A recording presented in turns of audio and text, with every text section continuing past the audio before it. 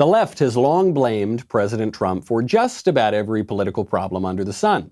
They've blamed him for the sun itself and how much it's heating our planet. That's par for the course.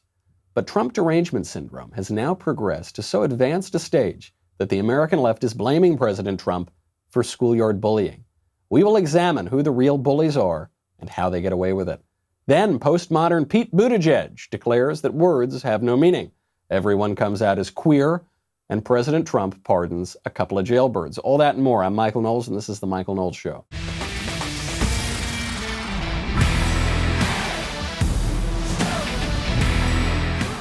They can't get him on the economy. They can't get him on foreign affairs. They can't get him on trade. So they got to get him on schoolyard bullying. That's right. That's what our terrible, rotten president is doing. Washington Post just runs a huge news article. Trump's words, bullied kids, scarred schools. Quote, the president's rhetoric has changed the way hundreds of children are harassed in American classrooms, the Post found. Hundreds of children. First of all, whenever I hear the Post found, I start to discount it. Then we're talking about a survey of hundreds of children when 50 million children in America go to public school, and many more children go to private school and homeschool. Okay, hundreds of children they talked to. Here's how the article begins. 2 kindergartners in Utah told a Latino boy that President Trump would send him back to Mexico. And teenagers in Maine sneered ban Muslims at a classmate wearing a hijab.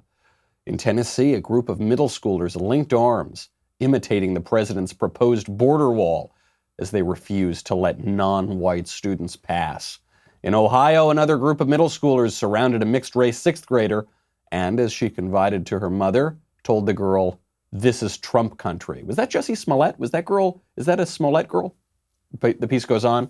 Since Trump's rise to the nation's highest office, his inflammatory language, often condemned as racist and xenophobic, condemned by whom? By the Post, of course, goes on, has seeped into schools across America. Many bullies now target other children differently than they used to, with kids as young as 6 mimicking the president's insults and the cruel way he delivers them. I don't believe that. I don't believe the reporting. I don't believe the Post. I think they act in bad faith. I think they lie all the time. I think that this article was just as likely written out of the constantly revolving fiction in its writers' minds as it did from speaking to any school children. Now, perhaps it's true. Maybe some children are being bullied in America. There has always been bullying for the entire history of schools. So I guess that wouldn't be any different in Trump's America as it would be at any other time. The left is so deranged by Donald Trump that they are now blaming him for schoolyard bullying, an eternal fact of life.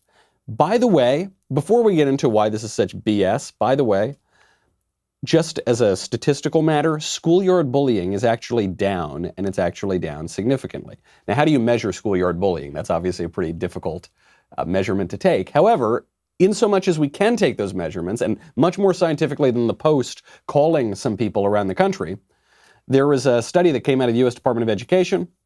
A recent study just showed the percentage of students reporting that they have been bullied has dropped by more than a third over the last 10 years. So bullying has not increased because of Trump. It's not a new epidemic invented under Donald Trump. Schoolyard bullying is actually down by about 33%. Look, the left is going to attack Donald Trump for anything, and if they can't find anything, they'll make something up. But this question of bullying is pretty important because I think bullying defines a lot of our politics today, just not in the way that the Washington Post says it does. Some of Bernie Sanders' supporters have been accused of bullying. Bernie Sanders says this is ridiculous, absolutely not. His is not a campaign based on bullying, it's a campaign based on love. Here's Bernie.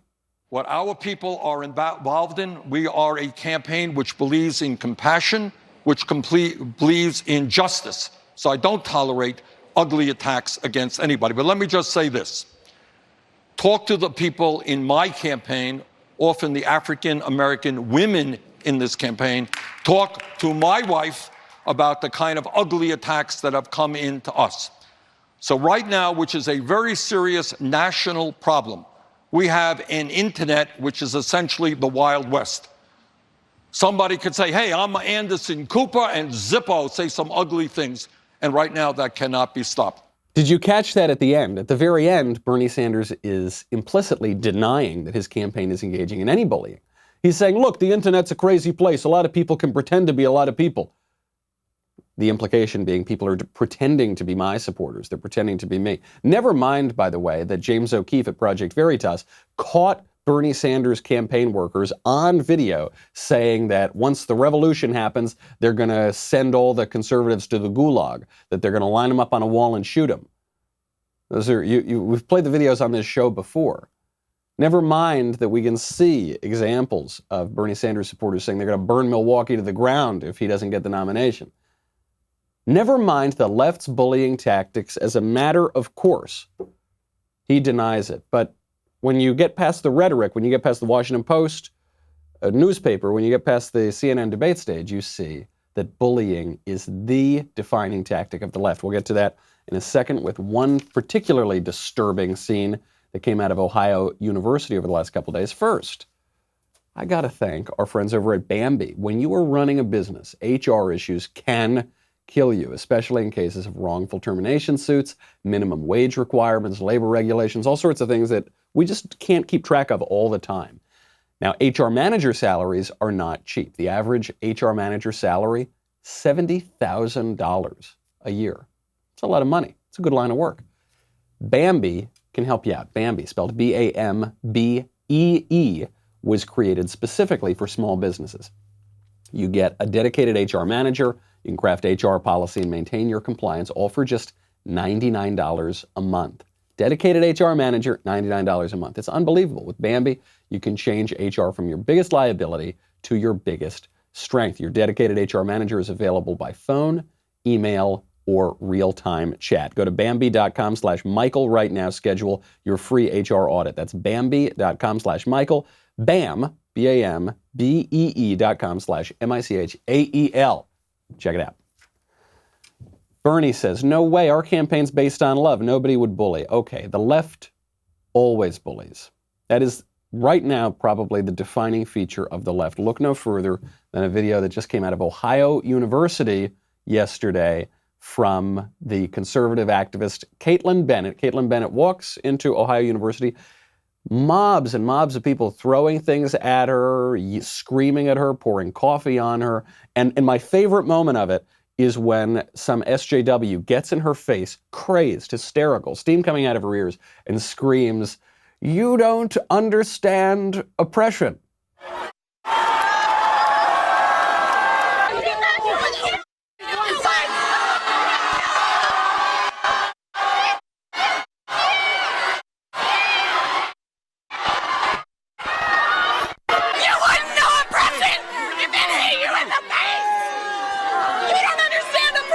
Someone just poured hot coffee on me. I dare you to push me again. I'm not punching you. I dare you to push me again. I'm not pushing you.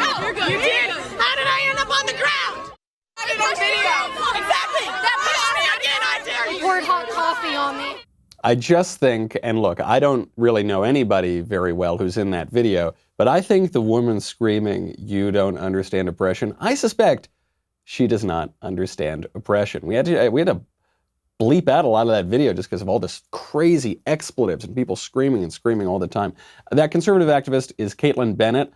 From a quick Google search, it would appear that people on the internet have very strong opinions about this girl. Regardless of what your opinion is, if you're on the right, left, or center, just actually take her out of it for a second, or just replace her with a kind of like totally neutral figure.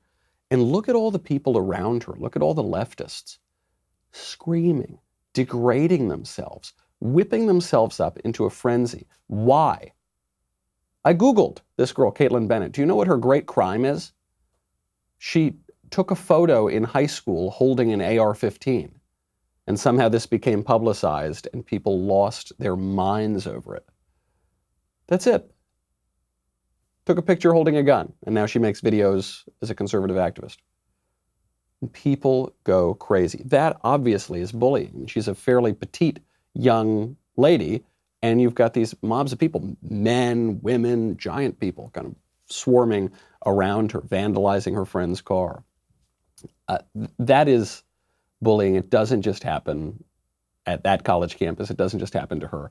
It happens to conservatives all over the country. It happens socially. There's a ton of social bullying. There's obviously a lot of professional bullying. That's why people in big tech, why people in academia, why people in corporate America hide their political views, because they know that if they voice their political views, they're liable to be fired. They're liable to be discriminated against. There's a story across the pond out of the United Kingdom saying that the National Health Service is able to deny non-emergency care to people who make transphobic comments, whatever that means. You don't go along with the latest leftist ideological fad, you can be denied health care. Now, that's bullying. And of course, there's the political bullying, which we see all the time. And we see it from left-wingers who now want to make certain forms of thought effectively illegal. That's where the bullying comes in. Now, I want to make sure that we get to some of these candidates on the Democratic side, because Bernie Sanders says our campaign's about love. His whole campaign is about bullying. His whole campaign is saying you can't do this, you can't do that. We're going to take away your money. We're going to take away your choice. We're going to vilify a whole class of people. The class of people he used to vilify was the millionaires and the billionaires. Now it's just the billionaires because Bernie Sanders became a millionaire. How convenient. But all of these guys, the whole ideology is based on bullying. It's based on do what I say or else. Law be damned, votes be damned. Now, the Democrats are trying to tell us that there is a radical lane and a moderate lane. Well, moderate's a relative term. The moderate lane is actually pretty radical itself, and Pete Buttigieg showed that last night. So there was a CNN town hall. I know that nobody watched it. I did not watch the whole thing. It was unwatchable. Pete Buttigieg showed up, and he told us once and for all there is no moderate lane in this race, because Pete Buttigieg came out and said that DACA, dreamers, illegal aliens, whatever you want to call them, are just as American as Americans. Do you believe that DACA deserves a protective plan to maintain DACA permanently? I do. Thank you. And I want you to know that I see you as an American, that you belong to this country as much as anybody. And I think everybody here supports you too. You're not only contributing to your community, you're a taxpayer too. And it is one of the reasons it is so important to secure the benefits of citizenship for you. So yes, in the meantime, we must reinstate and establish DACA protections. But this is also why we must no longer have this hanging over your head and actually solve with a pathway to citizenship in which you are among the first to ensure that that uncertainty is cleared up. Because, you know, and again, the American people overwhelmingly agree that this is the right thing to do. So that last part is not true. The American people strongly oppose amnesty. Even Democrats oppose amnesty, and it's a low priority for the ones who want to do it. But that's not even my problem here. He says he wants amnesty. He wants illegal aliens to be able to become citizens. I mean, he might as well have said, more importantly, I want you to know that I see you as a future Democratic voter, just as much as he could say I see you as an American. The radicalism here, though, is not even on the amnesty. The radicalism is on that statement. I see you as an American. You know, you're as American as anybody else.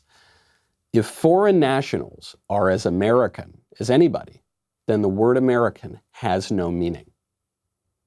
If the word American can refer to Americans and not Americans, then there's no meaning to the word American. It's sort of like how we talk about the redefinition of man and woman. So man now means a person who is not a woman, and also sometimes a person who is a woman, according to transgender ideology. So the word man has no meaning, and the word woman has no meaning. Now it's the same thing with American. Why does it matter? We'll get to that in a second. First, I've got to thank our friends over at Lightstream. I have a lot of friends and family who do this. They waste a whole lot of money paying high-interest credit cards. It is very easy right now with a credit card consolidation loan from Lightstream to take care of that. Rates are as low as 5.95% APR with autopay, which that's a much lower rate than the national average interest rate on credit cards. The credit cards interest rates can be 20% APR. You can get a loan from $5,000 to $100,000 with absolutely no fees. You can even get your money as soon as the day that you apply. This is how one of their customers describes the experience. Said, quote, I heard the radio ad and said it was worth looking at. I was a little skeptical because I'd never done anything like this before. To my great surprise, the loan process was very simple and easy to navigate through. I wish all loans were this efficient. Just for my listeners right now, apply to get a special interest rate discount and save even more. The only way to get this discount is to go to lightstream.com/Knowles, lightstream.com/Knowles. Subject to credit approval. Rate includes 0.50% auto pay discount. Terms and conditions apply, and offers are subject to change without notice. Visit lightstream.com/Knowles for more information. That kind of radicalism, that the word American can mean not American too. On the one hand, it means there is no chance that the Democrats are going to nominate a moderate. The media keep playing up Mike Bloomberg. We'll get to that in a second. We'll get to why Bloomberg is not really a moderate either.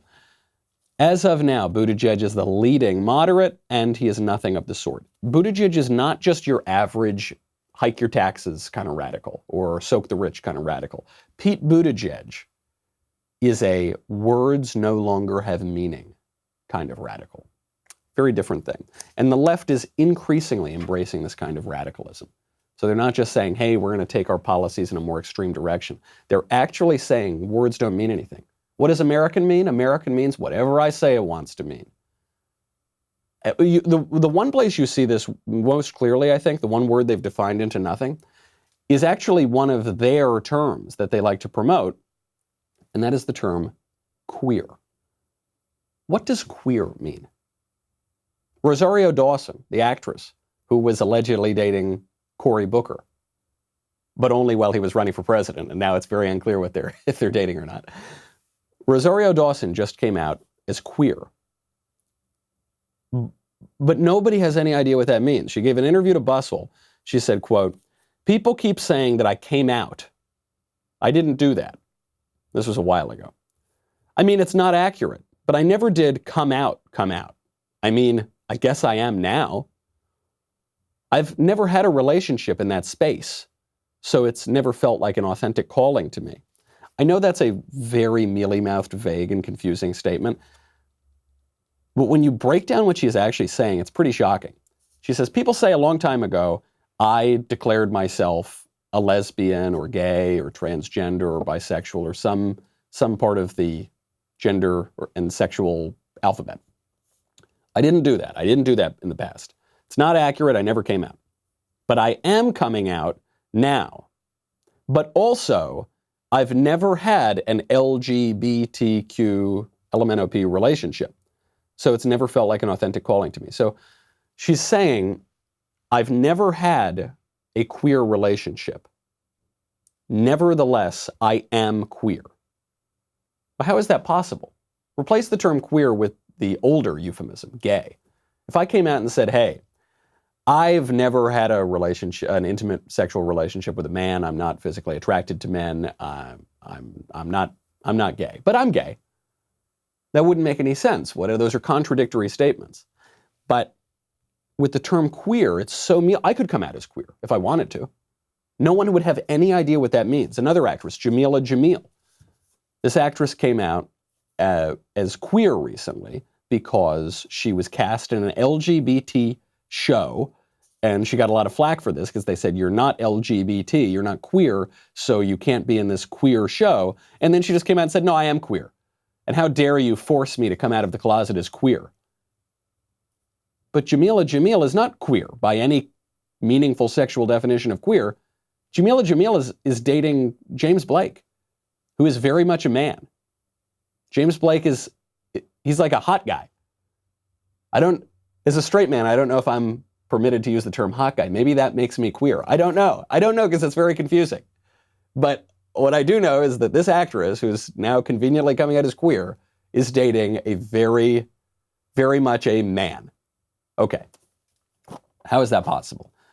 How is it possible that Cory Booker's girlfriend and Jamila and James Blake's girlfriend can both come out as queer, even though they're dating men? The word queer doesn't have any specific sexual meaning. The word queer is just a means of claiming power. It does not refer, I know it's considered a sexual term. It's the Q in LGBTQ, but it is not a sexual term.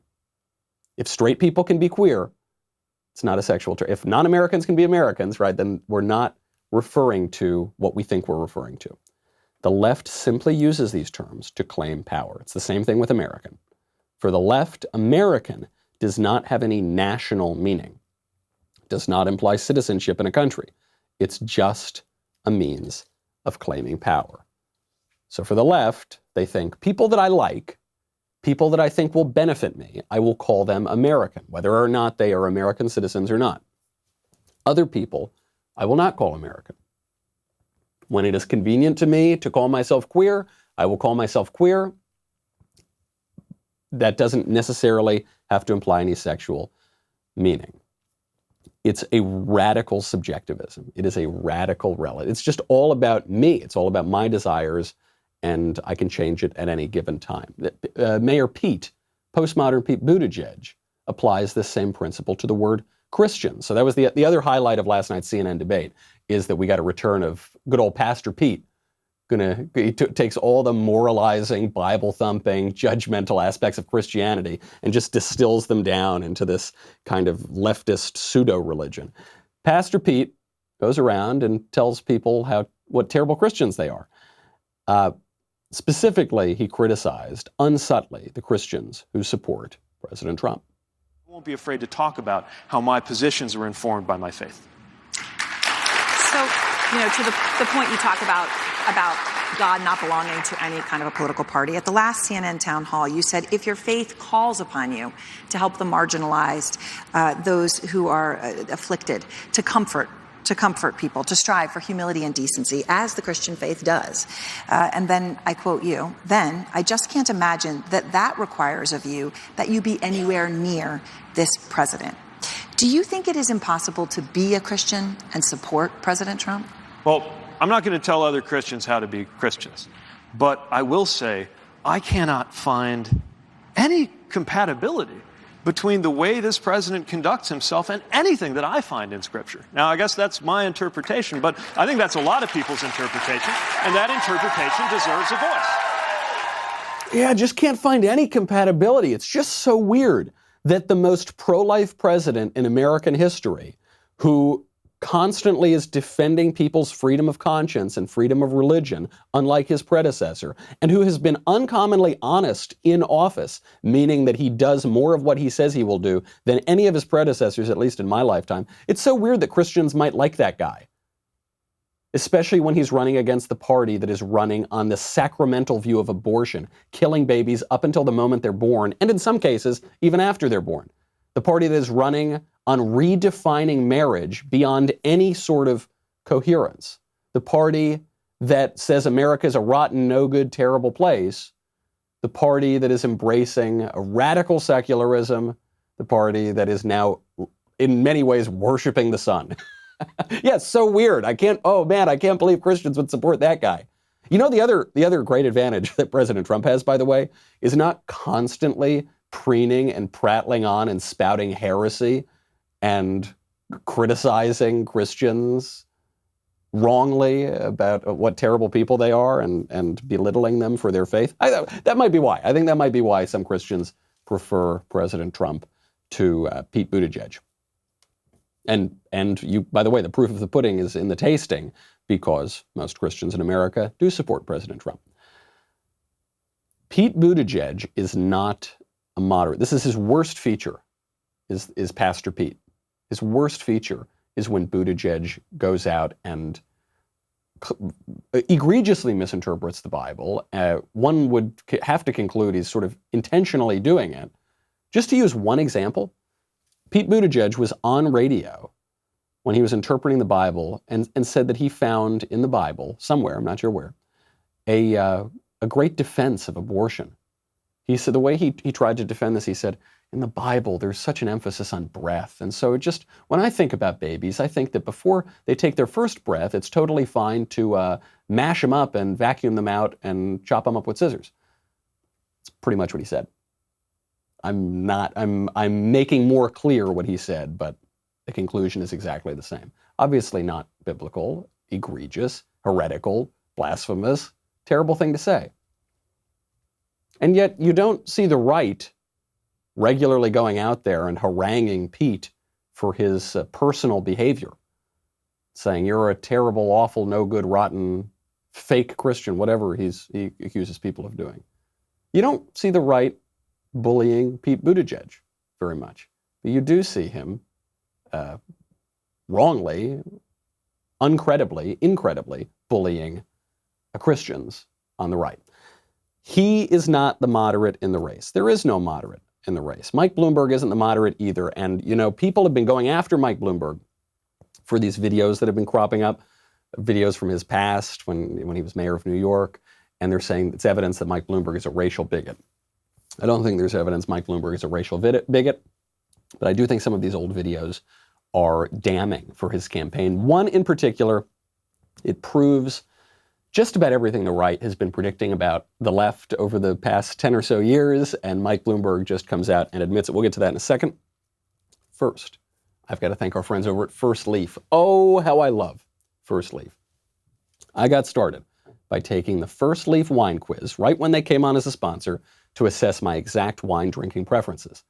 You get to choose sweetness, wine styles, even how adventurous you're feeling. And then I learned all about, you know, what I like, and they learned what I like. So what they do is they create an introductory 6-pack of wine, all for just $29.95. 6 bottles of wine, $29.95. These wines normally go for at least $20 a piece.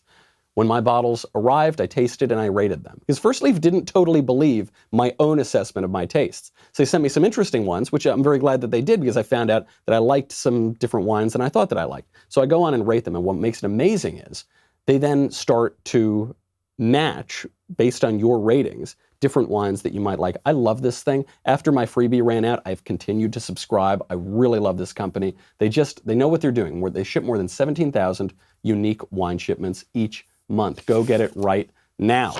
Sign up with my link. You will get 6 bottles of wine for $29.95 plus free shipping for a year. Go to tryfirstleaf.com/Knowles.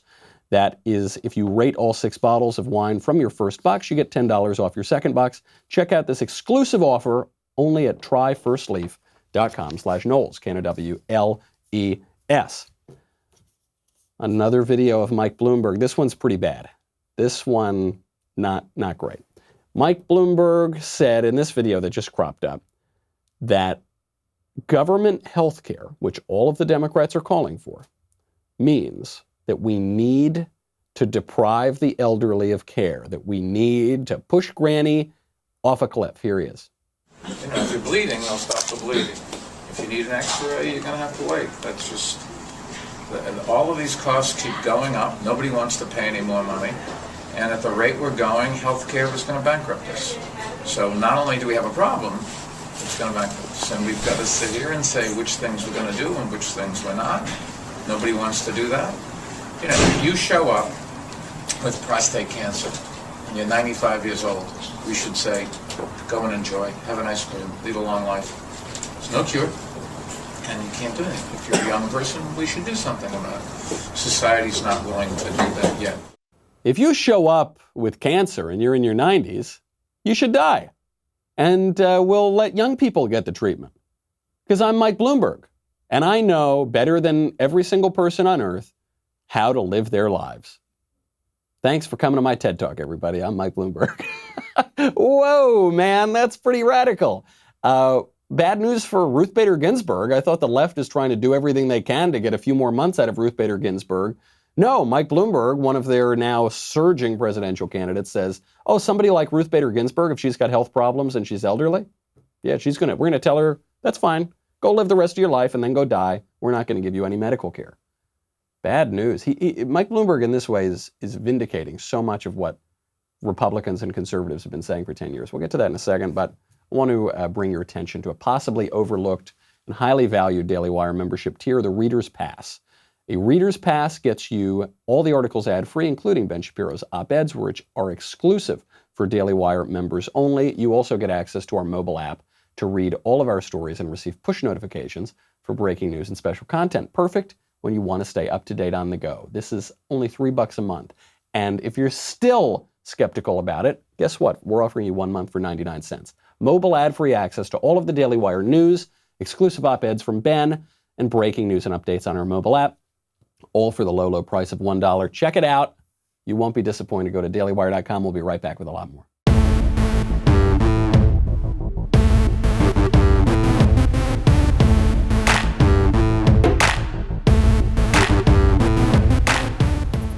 If you're elderly, you're not going to get health care under the Bloomberg administration because only young people are going to get health care.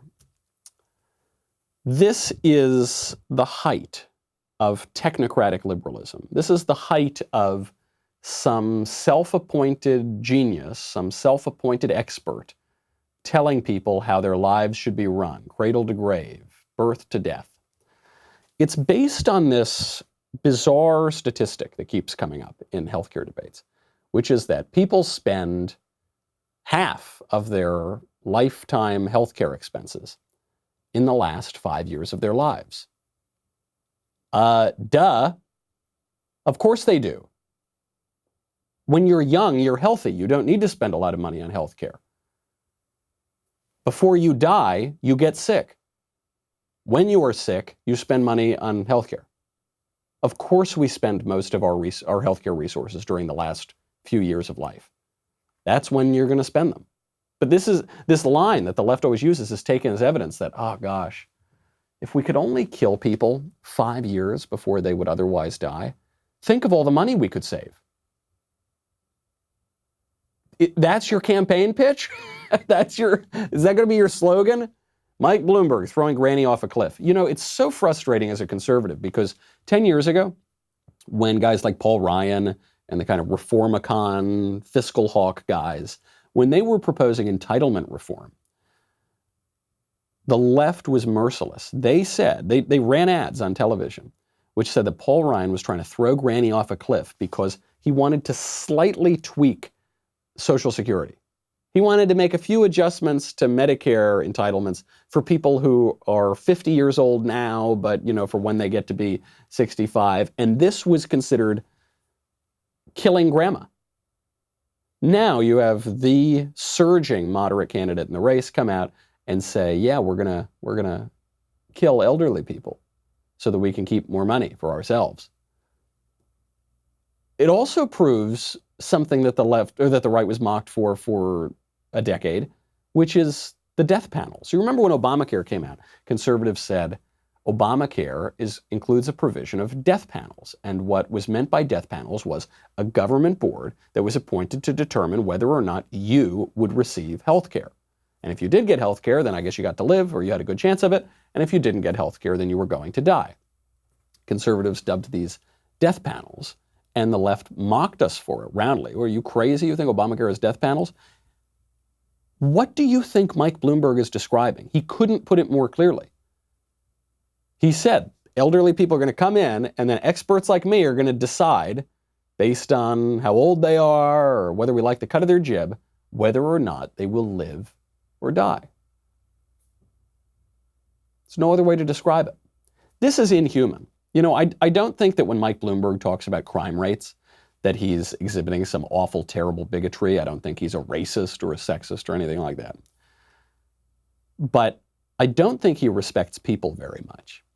I don't think he respects voters very much. And I don't think he respects the people that he governs. I think he's a nanny state liberal scold technocrat who has a very, very poor understanding of life and the philosophical issues that undergird our politics. And I think he's just a kind of technical expert who wants to make markets more efficient. And so one of those markets is healthcare. And if you want to make it really efficient, you got to kill people 5 years before they would otherwise die. And okay, makes sense. That totally computes, right, if you're not a human. This is why Bloomberg would be a very bad president. It's also why Bloomberg is a pretty bad candidate. It's also why there's no moderate in this race. There is nothing moderate about killing Granny. So Joe Biden falling apart, and he was running to the left even before he did fall apart, reverses his position on the Hyde Amendment, says that now people who are pro-lifers need to use their money to fund abortions, and not just any kind of abortion, late-term abortions too. Joe Biden then comes out and says illegal aliens are just as American as anybody, the same line that Pete Buttigieg said last night, a line which means that words don't have any meaning anymore. And then you have Mike Bloomberg, the last moderate left, who says that we've got to kill people before they cost us too much money. That's the party. You know, we started the show on the Washington Post accusing Trump of being responsible for schoolyard bullying. The left always accuses the right of what the left itself does. And here's a pretty clear example of that. Sort of inhuman politics. It's bullying. I mean, there's no greater bullying than telling someone they got to die and you've got all the power over them. I mean, that's a pretty extreme form of political bullying, and that's what they're embracing. It's a politics of bullying. And what's funny is you get this very hard line politics on the left, and increasingly you're seeing a little bit of a softer politics on the right, because yesterday, President Trump sprung a couple jailbirds from the clink. There were two major pardons that President Trump announced yesterday. He pardoned Bernie Kerik, who was a New York police commissioner under Giuliani. He was serving during 9/11, kind of a hero in New York. And Rod Blagojevich, the former Democratic governor of Illinois, who tried to sell Barack Obama's Senate seat after Obama was elected president. This guy's thoroughly corrupt. And Trump decided to pardon Bernie Kerik and to commute the sentence of Rod Blagojevich. So he didn't pardon Blagojevich, but he said that he can get out of jail. He's already been in jail for 8 years, and I think he was supposed to serve another 6 years in prison. The left is furious. Some people on the right are furious too. But it's funny that the left is furious. It's ironic, because all the left ever seems to want is decriminalization. They talk about it all the time. The people who want decriminalization of everything are now furious that Trump pardoned a hero cop who cheated on his taxes, who's like relatively a pretty good guy. They're furious. They're furious that President Trump used his constitutional pardon power to do this. And they're furious that Trump pardoned one of their own guys, the former Democratic governor of Illinois. So how should conservatives feel about this, beyond the irony of left-wing contradictions on this issue? How should conservatives feel? My view, here's my extreme hot take. It's fine. It's whatever. Calm down. It's okay. On the one hand, people should pay their debt to society, and people should stay in prison. On the other hand, the Constitution gives the president the pardon power for a reason. The presidential pardon power is entirely legitimate. It's right there, clear as day in the Constitution. And part of this is because I was just listening to a homily from my priest, the great Father Rutler, about this. It's an old idea. He put it very well, though. Justice without love leads to tyranny. But so does love without justice. So does sentimentality, right? There's obviously a balance that must be had here. And so President Trump is using that balancing power that the Constitution gives him. And so now Blagojevich's family gets to be happy. His kid is a little older. It's nice that his kids and his wife get to see Blagojevich. Bernie Kerik doesn't need to rot in a cell anymore. Bernie Kerik is a hero cop. He won a ton of medals. He's a local hero for 9/11. Okay, that's fine. The real question here is, why did President Trump do it? And here's, I think, why conservatives should be particularly okay with the pardons. What was in the news before these pardons? What was the legal news that was dominating the headlines? The legal news dominating the headlines was that former Trump campaign advisor Roger Stone is going to be sentenced maybe to 9 years in prison for the unforgivable crime of working for Trump, and they caught him on lying to Congress, a few things like that. Then there was word that the DOJ was going to try to reduce that sentence. Then Bill Barr came in and said, President Trump, stop tweeting about this. You're making my job much harder. Then there were calls for investigations of corruption, that Trump is interfering in a criminal case. That was the news headline. And Trump completely knocked that out of the news. Just listen to the press conference that Trump gave. It was a prosecution by the same people, Comey, Fitzpatrick, the same group, very far from his children. They're growing older. They're going to high school now, and they rarely get to see their father outside of an orange uniform. I saw that, and I did commute his sentence. So he'll be able to go back home with his family after serving 8 years in jail. That was a tremendously powerful, ridiculous sentence, in my opinion. And in the opinion of many others, yes.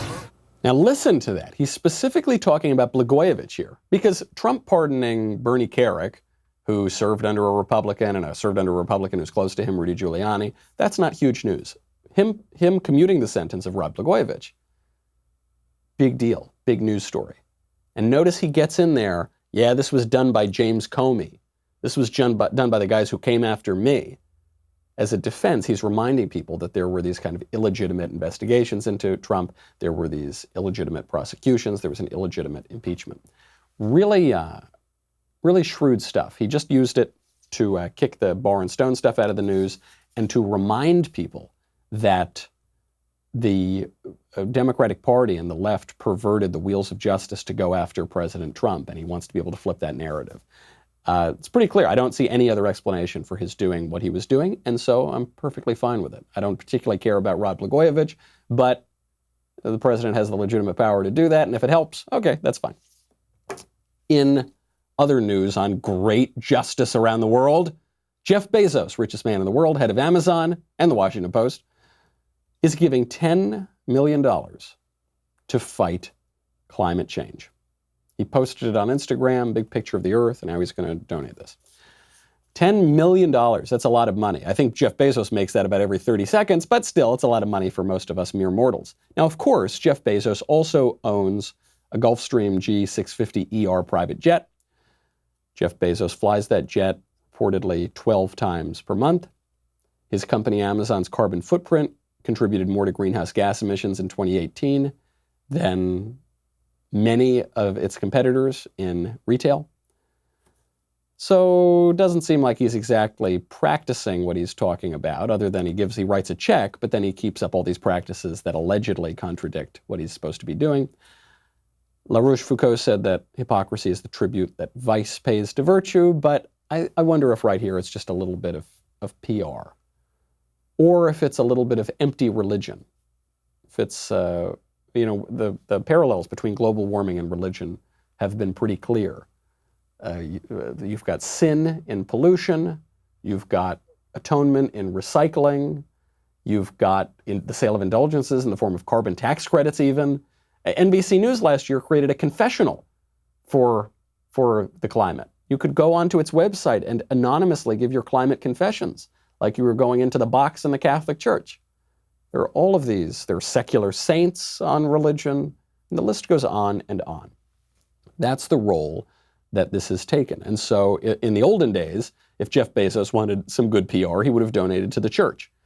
But now the modern secular religion is global warming, so he's going to donate to that instead. And it brought home to me a tweet that started to go viral the other night from a Twitter account called the Atheist Forum.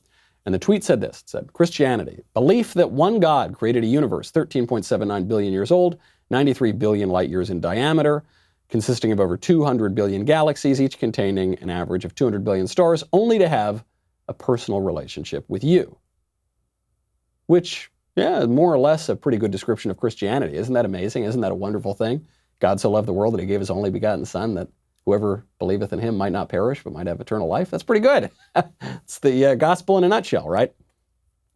But I responded to this tweet, and I pointed out that atheism is this belief that everything is meaningless, everything is senseless.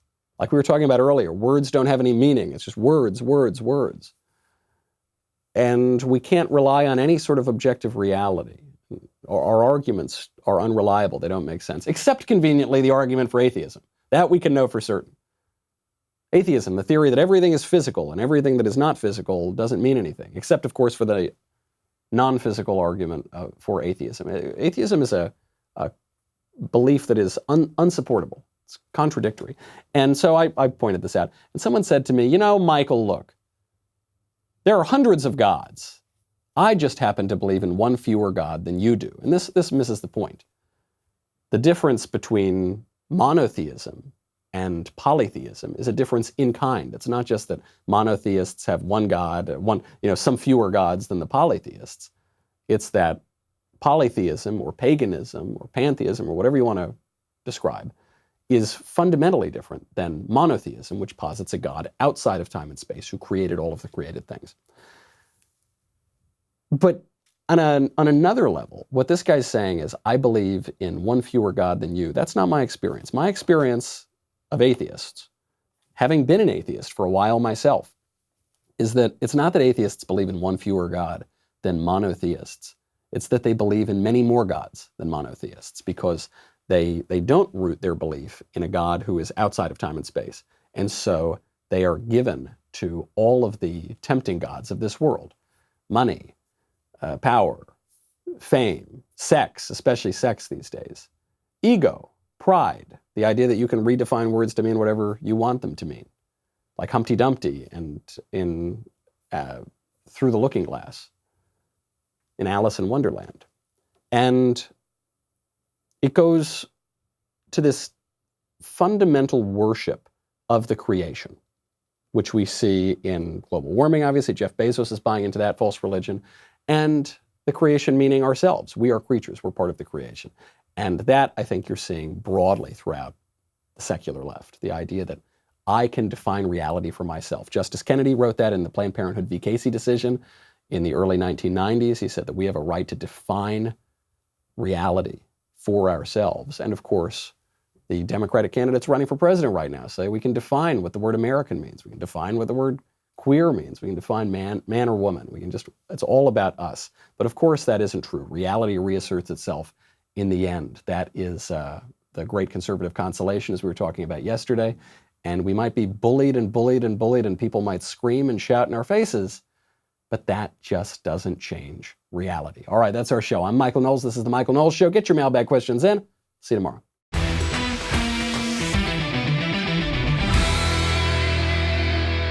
The Michael Knowles Show is produced by Ben Davies and directed by Mike Joyner.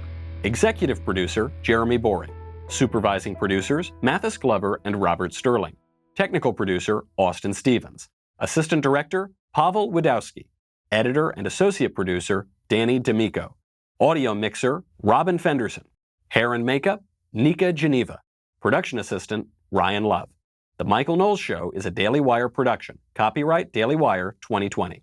If you prefer facts over feelings, aren't offended by the brutal truth, and you can still laugh at the insanity filling our national news cycle, well, tune in to The Ben Shapiro Show. We'll get a whole lot of that and much more. See you there.